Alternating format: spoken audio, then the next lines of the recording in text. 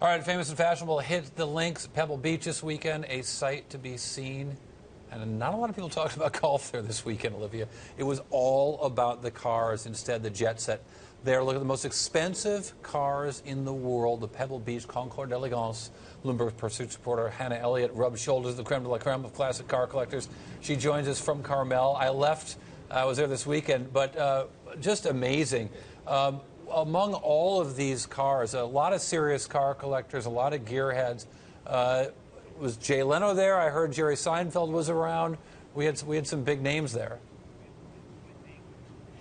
That's right. Jay Leno was there. He was at a dinner for Mercedes the night before, and then, of course, we saw him on the Concorde. He is kind of the grandfather of events, de facto, of course. But in past years, we've had Arnold Schwarzenegger, Ralph Lauren, Jerry Seinfeld, of course.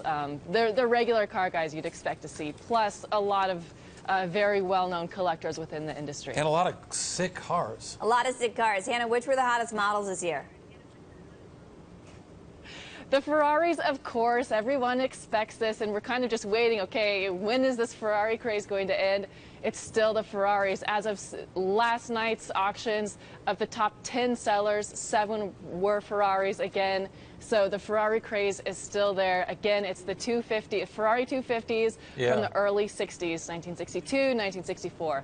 Yeah, I saw a 1960 Ferrari 250 that was parked outside of where we did our radio broadcast last week, and the short wheel, and it was just, but so many cars. I mean, I can't possibly describe this event where it looked, when someone pulled up in like a current day Porsche or a fabulous like Audi or BMW, it looked like a piker car. You might as well have pulled up in a Ford F-150.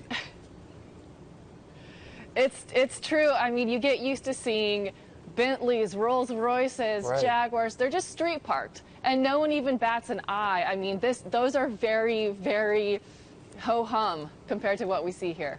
Hannah, how did this year's auction stack up to years past? You know, stock markets, while flat this year, are near record highs. Are prices for classic cars higher than ever? They are. I just talked with Haggerty this morning. We're just getting final results from last night's auctions, but preliminary results say the total for the whole weekend is about $400 million for all auctions.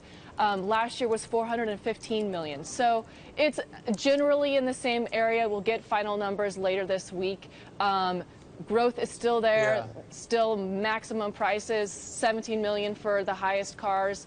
But it's calming a little bit. Interesting. So there was talk of a $500 million handle on the weekend. I guess we didn't get there, so that's interesting to me.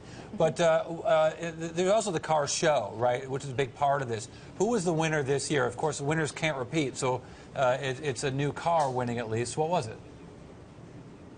Right. It's a 1924 Isotta Fraschini Tipo 8A. This is a very rare car. It had been in France and Switzerland until last year. It's had only 4 owners in its entire life. The owner now is Jim Patterson of Louisville, Kentucky. Very special cabriolet coachwork inside. Very rare, very expensive. Is it a custom car? Was it made for the original owner? Yes, that is correct. And that's one of the reasons, again, why it's so special. It's basically a one of a kind.